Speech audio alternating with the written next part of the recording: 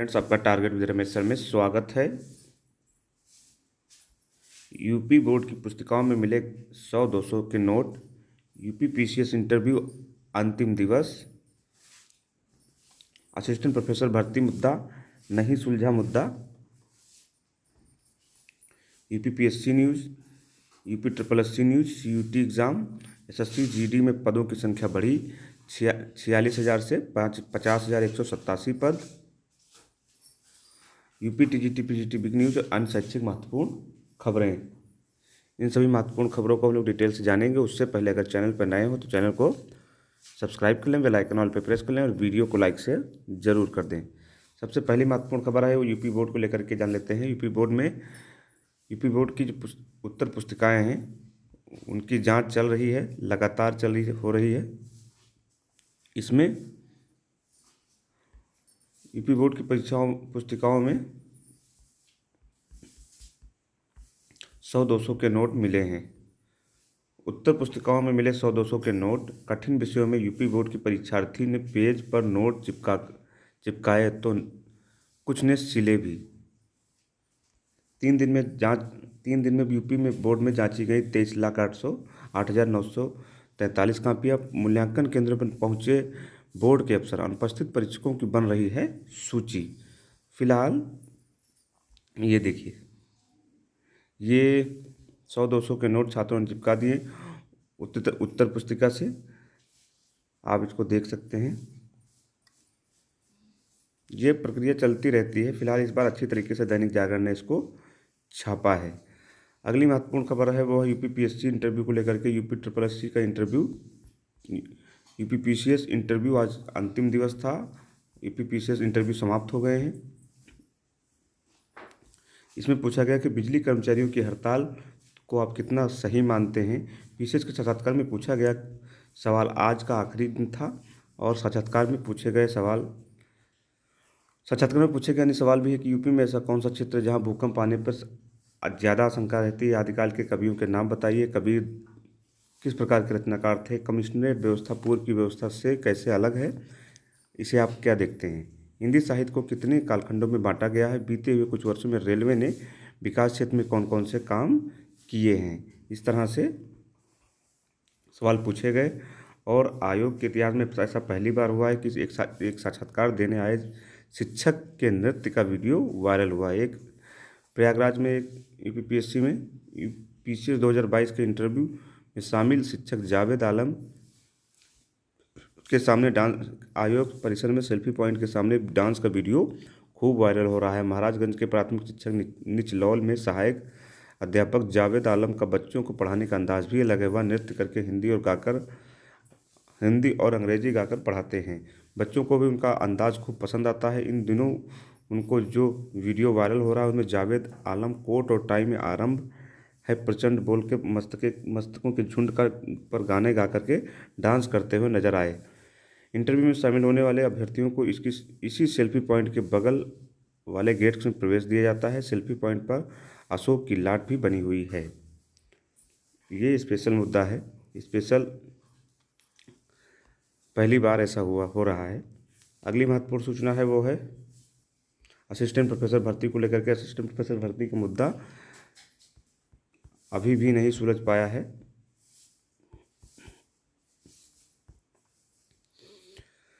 Assistant professor भर्ती का मुद्दा मंत्री की बैठक में भी नहीं सुलझ पाया। देश के शासकीय सहायता प्राप्त महाविद्यालयों में असिस्टेंट प्रोफेसर भर्ती से जुड़ा मुद्दा उच्च शिक्षा मंत्री की बैठक में भी नहीं सुलझाया जा सका। असिस्टेंट प्रोफेसर के 1017 पदों पर भर्ती के लिए आवेदन प्रक्रिया 2022 में अगस्त में पूरी हो गई थी, लेकिन परीक्षा तिथि अभी तक घोषित नहीं की जा सकी है। उच्च शिक्षा मंत्री और प्रमुख सचिव की अध्यक्षता में कुछ दिनों पहले लखनऊ में समीक्षा बैठक की आयोजित की गई थी। बैठक के एजेंडे में विज्ञापन संख्या 51 के तहत असिस्टेंट प्रोफेसर भर्ती की परीक्षा की भी चर्चा की लिए शामिल किया गया था। उत्तर प्रदेश उच्चतर शिक्षा सेवा आयोग के सूत्रों का कहना है कि बैठक के दौरान इस भर्ती को लेकर कोई चर्चा नहीं हुई। ऐसे में यह मुद्दा अनसुलझा ही रह गया। आयोग के अध्यक्ष का कार्यकाल 6 फरवरी को पूरा हो चुका है और सदस्यों के कुल 6 पदों में से 4 पद खाली हैं। ऐसे में आयोग में कोरम का अभाव बना हुआ है और इसी वजह से असिस्टेंट प्रोफेसर भर्ती की परीक्षा तारीख घोषित नहीं हो पा रही है। उच्च शिक्षा मंत्री की समीक्षा बैठक के एजेंडे में इस मुद्दे को शामिल किए जाने के बावजूद चर्चा न होने पाने से भर्ती फिलहाल फंसी हुई है और इस पर अभी तक कोई निर्णय नहीं लिया जा सका है। अगली महत्वपूर्ण सूचना है यूपी ट्रिपल एससी को लेकर के। यूपी ट्रिपल एससी की कल फॉरेस्ट गार्ड की दौड़ थी, उसको लेकर के कल 20-21 की दौड़ रद्द कर दी गई है। 20-21 की दौड़ रद्द कर दी गई और इसकी डेट भी जारी कर दी गई। बरसात के चलते वन रक्षक की 2 दिवसीय शारीरिक परीक्षा स्थगित कर दी गई। 20-21 की शारीरिक परीक्षा अब 8 और 9 अप्रैल को होगी। इसकी नोटिस भी कल यूपी ट्रिपल एससी ने जारी कर दी थी 2 से 3 बजे तक।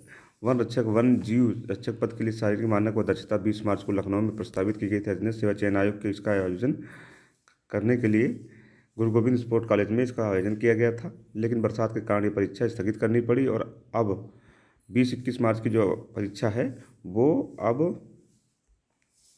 8 और 9 अप्रैल को होगी और 655 पदों के लिए अगस्त में लिखित परीक्षा का आयोजन किया गया था। इसके आधार पर परिणाम भी 5,630 अभ्यर्थी योग्य पाए गए। इनकी शारीरिक दक्षता परीक्षा राजधानी में 20 मार्च से 17 अप्रैल तक प्रस्तावित की गई है। इसमें प्रतिदिन 300 अभ्यर्थी दौड़ेंगे और 25 किलोमीटर की पैदल चलना होगा। तो अगली महत्वपूर्ण सूचना है वो है CUT को लेकर के। CUT के जो एडमिशन एग्ज़ाम है उसकी मेरिट पर ही PG में एडमिशन होंगे, उसकी मेरिट पर ही एडमिशन होंगे। CUT की 2023 की मेरिट से ही स्नातकोत्तर में होगा प्रवेश। UGC ने कहा है 19 अप्रैल तक कर सकेंगे आवेदन, परीक्षा तिथि बाद में होगी घोषित। आप लोग 19 अप्रैल तक अपना एडमिशन लेने के लिए फॉर्म भर दीजिए।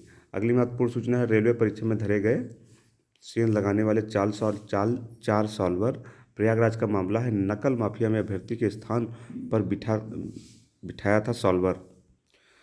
नकल माफिया गिरोह के रेलवे भर्ती ग्रुप C परीक्षा में सेंध लगा दी थी। इसका खुलासा सोमवार को उस वक्त हुआ जब वेरिफिकेशन के लिए प्रॉक्सी अभ्यर्थियों STF ने दबोच लिया। उसके साथ मूल अभ्यर्थी और नकल माफिया गिरोह के 2 सदस्य भी पकड़े गए। पता चला है कि प्रॉक्सी कैंडिडेट मूल अभ्यर्थी की परीक्षा देकर पास हो गया था। आज वेरिफिकेशन के लिए बुलाया गया था। इसी दौरान STF की भनक लग गई। चारों को गिरफ्तार कर लिया गया है। सिविल लाइन के वाल्मीकि चौराहे पर स्थित रेलवे भर्ती प्रकोष्ठ कार्यालय में ग्रुप C लेवल 1 परीक्षा में डॉक्यूमेंट वेरिफिकेशन की प्रक्रिया चल रही है। सोमवार को STF को सूचना मिली कि अभ्यर्थी अतुल कुमार की जगह दूसरा व्यक्ति दीपेंद्र कुमार सिंह वेरिफिकेशन के लिए आया है। दीपेंद्र ने अतुल की जगह लिखित परीक्षा भी दी थी। अगली महत्वपूर्ण सूचना है वो है SSC GD को लेकर के। SSC GD के पदों की संख्या बढ़ा दी गई है। SSC GD के पदों की संख्या बढ़ा दी गई है। CAPF भर्ती में पदों की संख्या बढ़कर 50,187 हो गई। कर्मचारी चयन आयोग की CPF सिपाही भर्ती यानी SSC GD 2022 की पदों की संख्या बढ़ाकर अब 50,197 हो गई है। इसमें notification control narcotics control bureau के 175 पद भी शामिल हैं। NCB के पदों को छोड़कर अन्य पुरुषों की संख्या 44,439 थी, जबकि महिलाओं की 5,573 थी। इसी भर्ती में पदों की संख्या करीब 46,000 थी, जो बढ़ाकर अब 50,187 हो गई है। इस के माध्यम से BSF, CISF, CRPF, SSB, ITBP, Assam rifle और SSF की भी भर्ती की जाती है। 50,000 पद हो गए। ये छात्रों के लिए बड़ी ही खुशखबरी की बात है। अगली महत्वपूर्ण सूचना है वो यूपी TGT PGT को लेकर के। यूपी TGT PGT को लेकर के है। यूपी TGT PGT जो 2011 की जो जीव विज्ञान की भर्ती का साक्षात्कार अब तक नहीं हो पाया है, मामला लटका हुआ है। अशासकीय सहायता पर माध्यमिक विद्यालय में तहत प्रशिक्षित स्नातक यानी TGT भर्ती 2021 में जीव विज्ञान के 83 पदों पर 11 वर्ष बाद भी पूरी नहीं हो सकी। जीव विज्ञान विषय का परिणाम घोषित नहीं करने पर हाईकोर्ट में अभ्यर्थियों की याचिका लगाने पर उत्तर प्रदेश माध्यमिक शिक्षा सेवा चयन आयोग ने 8 जनवरी 2023 को परिणाम घोषित कर दिया था, लेकिन साक्षात्कार की तिथि अभी तक घोषित नहीं हुई। चयन बोर्ड में कोई भी सदस्य न होने के कारण 8 अप्रैल को चयन बोर्ड अध्यक्ष का कार्यकाल पूरा होने के देखते हुए अभ्यर्थियों में दुविधा में है।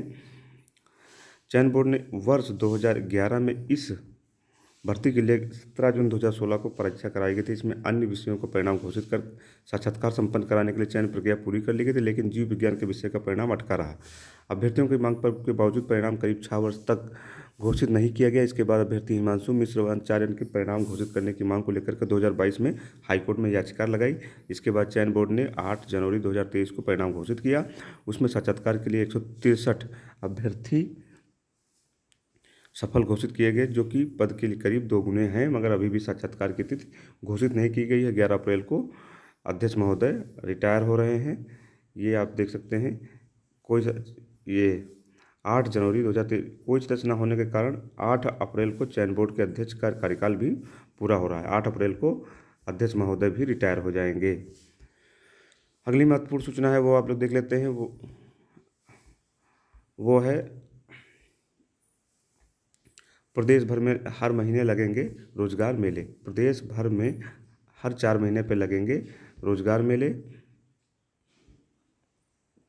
हर महीने 4 लगेंगे रोजगार मेले। और अन्य CM 23 को बांटेंगे नियुक्ति पत्र। ग्रुप खा के करीब 500 कर्मचारियों के नियुक्ति पत्र बांटेंगे। इनका चयन 13 अलग अलग विभागों में हुआ है। यह कार्यक्रम 20 मार्च को था, परंतु इसको आगे डिले करके 23 मार्च को बांटेंगे CM। अमेजन 3000 कर्मचारियों की छंटनी करेगा।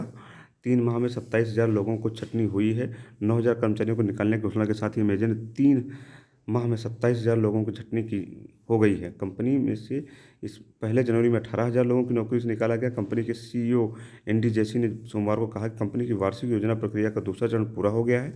इसमें तय हुआ है किन क्षेत्रों में कटौती की जाएगी। तो ये रही कुछ महत्वपूर्ण खबरें जो विभिन्न रोजगार समाचार पत्रों पर छाई हुई हैं और आपसे छात्रों के लिए महत्वपूर्ण है। चैनल पर नए हो तो फिर से मैं आग्रह करूँगा, चैनल को जरूर सब्सक्राइब कर लें, बेल आइकन ऑल पर प्रेस कर लें और वीडियो को लाइक शेयर जरूर कर दें। पूरा वीडियो देखने के लिए धन्यवाद।